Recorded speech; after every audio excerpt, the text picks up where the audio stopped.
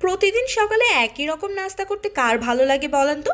আমার তো ভালো লাগেই না, আমি জানি আপনাদেরও ভালো লাগে না।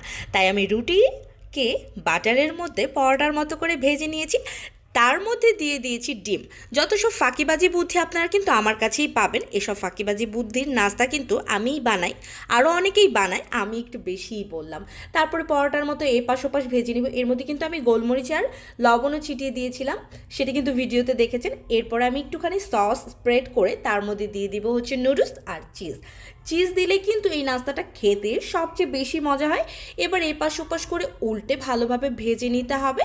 তারপরে চুলা থেকে নামিয়ে এটা একটা পিৎজা কাটার দিয়ে কেটে নিতে হবে।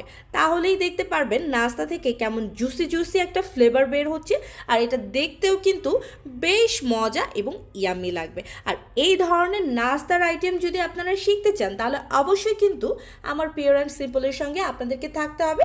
আর এরকম নাস্তা প্রতিদিন আপনাদের জন্য